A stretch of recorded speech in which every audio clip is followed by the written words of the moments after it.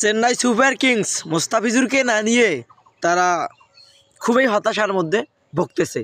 আইপিএলে Chennai super Kings মুস্তাফিজুরকে না নিয়ে তারা খুবই কিন্তু হতাশার মধ্যে ভুগতেছে। এই যে গতকালকের ম্যাচটা রাজস্থানের এগেইনস্টে, রাজস্থান কিন্তু টার্গেট দিছে 183 রান, সেখানে চেন্নাই সুপার কিংস 176 রানে কিন্তু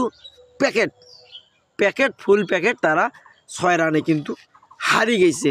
উদরাজ গায়কোয়াড় অ্যাজ এ ক্যাপ্টেন হিসেবে সে দারুণ ভূমিকা রাখছে, 63 রান করছে গতকালকের ম্যাচটায়। কিন্তু সচিন রবীন্দ্র কোনোভাবে রান পাচ্ছে না, যদিও আমার খুব পছন্দের প্লেয়ার MS ধোনি এবং জাদেজা। গতকালকের ম্যাচটার হারার পিছনে এই দুইটা মানুষের কারণ। MS ধোনি এবং জাদেজা তারা ওই সময় ফিনিশিংয়ে আসিয়ে লাস্টে আসিয়ে তারা বলগুলা ডট দিছে কিভাবে। 19 নম্বর ওভারটা MS ধোনি জাদেজা দুটো ছক্কা মারছে এবং একটা ফোর মারছে, হয়তো 3 রান সিঙ্গেল নিছে, এবং লাস্টের ওভারে 20 রান কিন্তু লাগে। সেই পজিশনে আসিয়া MS ধোনি কিন্তু আউট হয়ে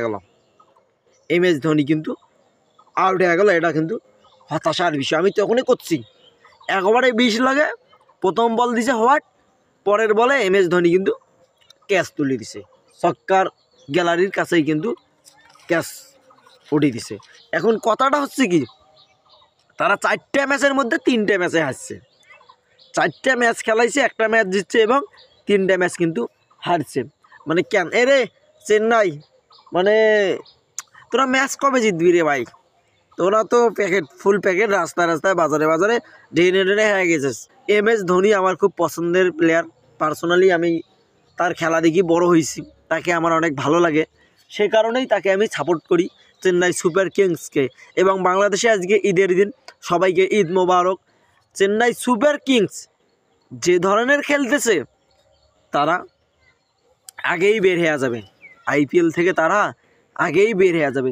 তবে চেন্নাই সুপার কিংস ভুগতেছে, তাদের Mustafiz one of the top বলার, সেই মুস্তাফিজকে তারা নেয় নাই, অথচ পাতিরানাকে নিয়েছে।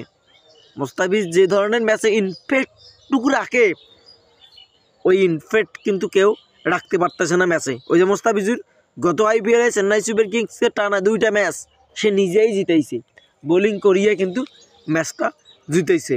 তবে চেন্নাই সুপার কিংস যে ধরনের খেলা খেলতেছে, ফ্রেন্ড ফলোয়ারগুলো কিন্তু হতাশ।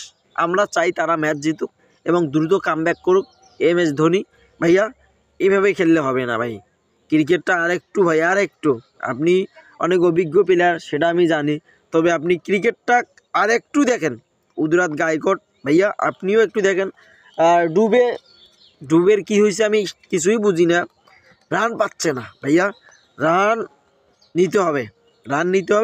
নেক্সট ম্যাচগুলা ভালো করে খেলতে হবে। চেন্নাই সুপার কিংসের জন্য আগাম অভিনন্দন, শুভকামনা রইল। সবাইকে ঈদ মোবারক।